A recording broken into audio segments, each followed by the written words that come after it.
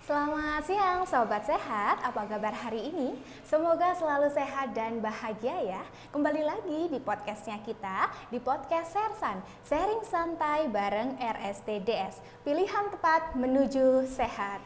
Nah, kali ini saya, Erli Puspa, tidak sendiri karena kali ini saya ditemenin oleh salah satu narasumber yang memang sudah berdinas di RST sebagai dokter spesialis anak. Nah, ini sedikit bocoran ya, berarti kita akan membahas seputar tentang anak. Nah, siapakah dia?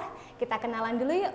Ini ada Dokter Karima, spesialis anak. Selamat siang, Dokter. Selamat siang. Apa kabar? Alhamdulillah baik. Alhamdulillah. Nah, sebelum kita kepoin lebih lanjut nih, akan ada pariwara yang berikut ini.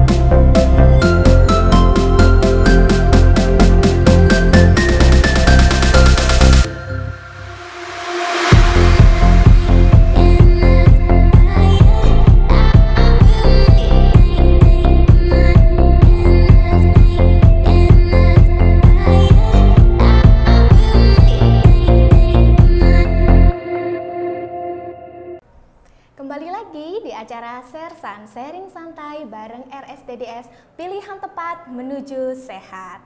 Nah, karena tadi kita mau bahas seputar tentang anak nih, kali ini kita akan bahas tentang tren yang lagi naik daun ya ini ya, yang lagi trending topik. Tentang apakah itu?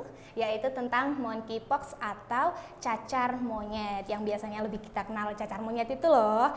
Nah, baik, sekarang karena pakarnya, kita langsung tanya-tanya aja yuk. Nah, dokter, ini untuk monkeypox atau cacar monyet, nah itu apa sih dok? Mungkin bisa dijelaskan ke sobat sehat. Jadi monkeypox atau cacar monyet ini merupakan penyakit yang disebabkan oleh virus monkeypox. Dan virus ini pertama kali pada monyet pada tahun 1958 sehingga dinamakan monkeypox. Dan infeksi ini menyerang pada monyet di benua Afrika, kemudian menginfeksi manusia. Dan cacar monyet ini berbeda dengan cacar air yang biasanya. Dan untuk hewan yang dapat menularkan monkeypox ini merupakan hewan pengerat seperti tikus atau tupai dan hewan primata. Lalu ini, bagaimana sih dok cara penyebarannya dari virus monkeypox ini? Jadi untuk penularannya ini melalui sekret saluran nafas atau berupa droplet dan kontak langsung dengan lesi kulit atau cairan tubuh penderita.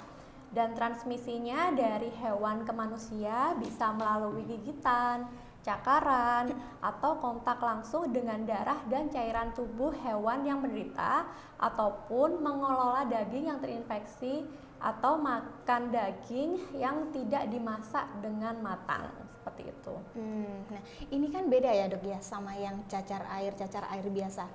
Ya. Nah, tanda gejalanya sendiri itu apa aja sih dok? Mungkin ada tanda atau gejala yang khusus ya, ciri-ciri khusus lah untuk monkeypox ini untuk membedakan, oh yang ini demam biasa, yang ini cacar air, yang ini monkeypox. Apakah ada ciri-ciri tersendiri dari monkeypox ini dokter? Jadi untuk ciri-cirinya pada hari pertama hingga hari ketiga itu timbul ruam di dalam tenggorokan seperti ruam-ruam kemerahan di dalam tenggorokan, dan dari awal-awal ini kita sudah harus waspada dan sudah harus bisa mengisolasi diri secara mandiri.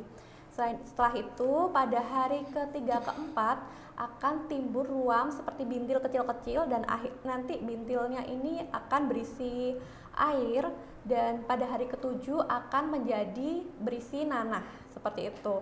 Dan timbul juga pembesaran di kelenjar getah bening seperti di kelenjar getah bening leher ataupun kelenjar getah bening di selangkangan. Pada hari ketujuh hingga hari ke-14 bintil-bintil yang tadi berisi nanah akan mengering dan lama-lama akan berubah menjadi kerompeng lalu menghilang seperti itu. Dan selain itu pada hari ke-7 dan hari ke-14 timbul gejala-gejala seperti demam, nyeri otot, sakit kepala, lemas, ataupun batuk yang tidak berdahak. Nah, untuk tadi kan sudah disebutkan ya penyebarannya ABCDE gitu kan. Lalu tanda gejalanya juga sudah dijelaskan. Untuk penyakit ini apakah perlu isolasi ya dokter ya? Lalu kapan mulai diisolasinya ini ya? Memang penyakit ini perlu diisolasi dan kapannya memang dari hari pertama, karena hari pertama sudah dapat menularkan penyakit. Jadi kalau misalnya kita ada misalnya anak-anak bunda memiliki gejala seperti tenggorokannya merah atau timbul bintil-bintil, harus segera diperiksakan ke poli, dan nanti dari dokter akan menyarankan isolasi mandiri. Oke. Lalu untuk penyakit ini ya dokter bisa diderita oleh siapa aja? Penyakit ini dapat diderita oleh orang-orang yang memiliki faktor risiko tinggi seperti orang-orang dengan penyakit kronis, orang-orang dengan penyakit kanker, atau anak-anak yang berusia di bawah 8 tahun ataupun ibu hamil seperti itu. Bisa semua ya berarti ya? Iya, bisa semua. Karena tadi sudah disebutkan beberapa tanda dan gejalanya, lalu penanganan pertama apabila ada tanda gejala yang sudah disampaikan sama dokter tadi, apa yang harus saya lakukan ini dokter? Jadi untuk penanganannya terbagi menjadi dua. Yang pertama untuk penanganan dengan gejala ringan. Jadi penanganan ini pasien harus diisolasi mandiri selama 2 hingga 4 minggu karena penularannya hingga 4 minggu. Selain itu juga kita berikan asupan nutrisi yang baik dan diberikan terapi-terapi yang untuk mengurangi gejala seperti obat demam ataupun vitamin. Selain itu juga agar segera dilaporkan kepada dokter atau fasilitas kesehatan terdekat agar dapat dimonitoring oleh petugas kesehatan. Oke, tadi kan juga disebutkan beberapa kriteria yang ringan ya dokter ya. Ya. Lalu nih sobat sehat mungkin bingung ya, ini kok ada yang tanda-tandanya seperti yang disebutkan sama dokter Karima. Kapan ini ya waktu saya yang tepat untuk melakukan pemeriksaan yang lebih lanjut? Kapan nih dok? Jadi apabila terdapat gejala seperti radang paru-paru ataupun radang otak, jadi yang sampai penyakit berat, yaitu anaknya tidak bisa diberi asupan makanan ataupun anaknya memiliki sesak, jadi harus segera dibawa ke rumah sakit. Setelah itu dari rumah sakit akan memberikan isolasi di rumah sakit dan kita berikan terapi-terapi seperti antivirus apabila diperlukan, dan kita berikan terapi untuk mencegah penyakit lebih memberat lagi. Oke. Monkeypox ini kan suatu masalah kesehatan yang serius ya dok ya. Apa sih dok dampak atau efeknya apabila penanganannya nggak tepat atau penanganannya ini terlambat gitu? Efeknya sampai bagaimana gitu? Oh iya, untuk efek komplikasinya memang bisa mengalami radang paru-paru atau radang otak dan dapat mengakibatkan kematian sebanyak 3%. Jadi memang harus segera diperiksakan apabila dicurigai menderita monkeypox. Ada resiko kematiannya ya Iya. dok ya. Nah, ini untuk yang penderita monkeypox ini dokter, apakah bisa sembuh total? Lalu berapa lama fase penyembuhannya sampai dia benar dinyatakan benar-benar sembuh nih gitu? Ya.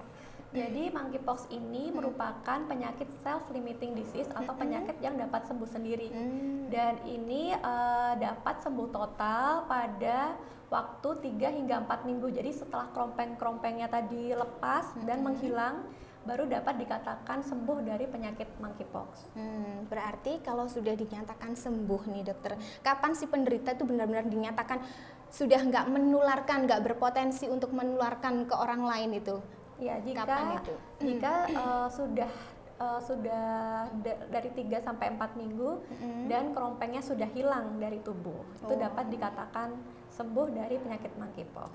Oke, dan itu sudah nggak berpotensi untuk menularkan ya. Iya. Oke, lalu nih yang paling penting juga buat sobat sehat, apabila nih keluarganya atau anaknya ini ya, yang ada tanda-tanda atau gejala seperti yang disebutkan sama dokter Karima tadi, otomatis kan bunda-bunda semuanya yang pasti merawat kan.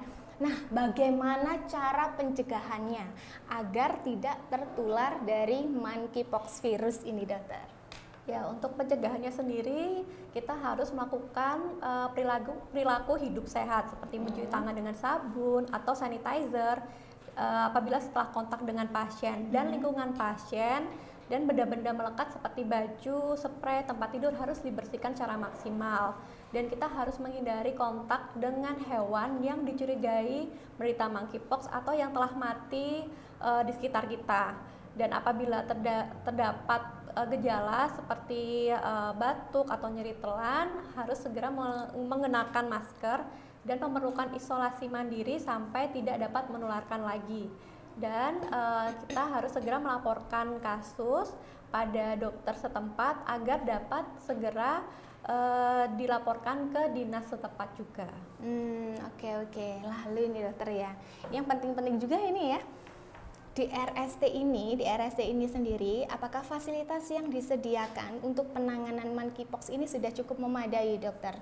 Ya, di RST sudah memiliki ruang isolasi yang dapat menampung pasien dengan monkeypox. Jadi sudah bisa menerima pasien dengan monkeypox seperti itu. Nah berarti buat sobat sehat semuanya, apabila ada tanda gejala seperti yang disebutkan sama dokter Karima itu tadi, nggak usah ragu lagi, langsung diperiksakan di sini ya dokter ya, karena di sini fasilitasnya sudah cukup memadai untuk penanganan kasus monkeypox. Nah tadi sudah dijelaskan sama dokter Karima nih, apa sih monkeypox itu, lalu penanganannya seperti apa, pencegahannya dia seperti apa, sampai disebutkan juga bahwa di sini ada fasilitas rumah sakit cukup memadai untuk penanganan monkeypox. Baik, kalau gitu dokter Karima, saya rasa sudah cukup lengkap ini ya informasinya untuk sobat sehat semuanya. Terima kasih ya dokter untuk waktunya, ilmunya yang sangat bermanfaat sekali untuk kita semua. Baik, untuk sobat sehat semuanya ini ya, yang apabila ada pertanyaan sekitar tentang monkeypox atau tentang seputar rumah sakit, silahkan bisa hubungi di kontak person rumah sakit di bawah ini. Oke, terima kasih sobat sehat sudah pantengin channelnya kita. Jangan lupa selalu setia pantengin channelnya kita terus ya, karena kita akan hadir dengan beberapa tema yang lebih menarik daripada ini. Saya Erli Puspa undur diri, salam sehat selalu, bye.